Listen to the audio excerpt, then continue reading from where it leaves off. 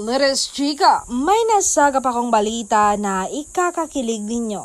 Alam nyo ba nga, may liham na napakahaba itong si Donnie Pangilinan para kay Belle?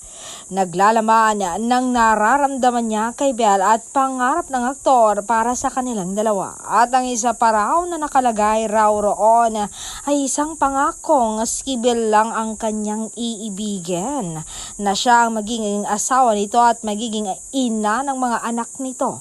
Ganon pala kamahal ni Donnie si Belinda.